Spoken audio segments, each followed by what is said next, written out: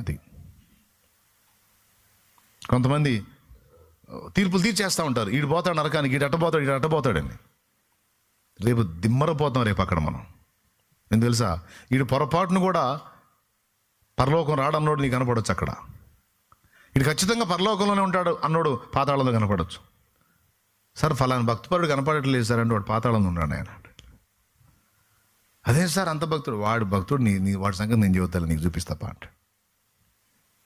కాబట్టి జాగ్రత్త, ప్రతి ఒక్కరు కూడా తమ తమ భక్తిని జాగ్రత్తగా కాచుకోవాలి, జాగ్రత్త పడాలి. సరే, కాబట్టి ఇప్పుడు మొదటి బాప్తిస్మం సంగతికి వచ్చేటప్పటికి ఇంత టైం పట్టింది మనకి.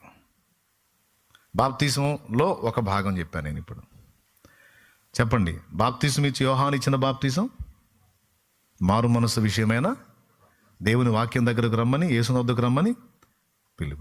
యేసు ప్రభు ఇచ్చిన బాప్తిస్మం, శిష్యుల చేత ఇప్పించిన బాప్తిస్మం, ధర్మశాస్త్రాన్ని ఎలా ఫాలో అవ్వాలో నేను నేర్పుతాను, నా యొద్దకు రండని, ఆయన యొద్దకు రమ్మని పిలుపుని గూర్చి, మారు మనసు అండ్ ఆయన దగ్గరకు వచ్చుట అనే రెండింటిని గూర్చి బాప్తిస్మం ఇచ్చాడు. యేసయ్య కూడా ఏమని చెప్పాడు? మారు మనసు పొందండి, సువార్తను నమ్మండి. ఏమిటి శుభవార్త అంటే? నేనే మీకు సువార్త, రండి నా యొద్దకు రండి. మారు మనసు పొందండి, నా యొద్దకు రండి, మీకు విశ్రాంతి. ఇది యేసయ్య ప్రకటించింది. యేసయ్య శిలువ మరణ పునరుద్ధానం అయిన తర్వాత అపోస్తలులు ప్రకటించింది ఏంటి? ప్రభువైన యేసునందు విశ్వాసం ఉంచండి, ఆయన మీ కొరకు ప్రాణం పెట్టి సమాధి చేయబడి మూడవ నాడు తిరిగి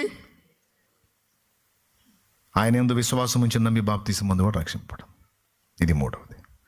ఇక బాప్తిసం దగ్గరికి వచ్చాం. ఇప్పుడు వరుసగా చెప్పండి, బాప్తిసం అంటే ఏంటి? నాకు తెలుసు మీరు ఆన్సర్ చేయరని నాకు తెలుసు. నేను ఫస్ట్ చెప్పా స్టార్టింగ్లో, బాప్తిసం అంటే ఏందని. కడగబడుట, శుద్ధీకరించబడుట, ప్రక్షాళన చేయబట్ట, ముంచబడుట.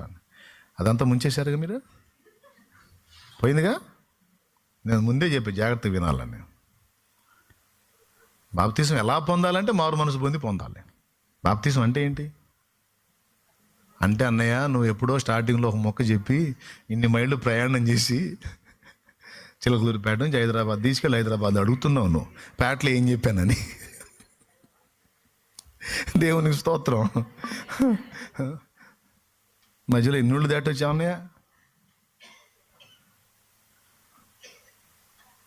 అంటే ఎన్నుళ్ళు దాటినా సరే నేను చెప్పిన ఆరంభం మర్చిపోకూడదు. రైట్, అది బాప్తిస్మం. అయితే పాపక్షమాపణ నిమిత్తం మారు మనసు పొందే బాప్తిస్మం ఒకటి ఉంది. మరొక బాప్తిస్మము అపోస్తల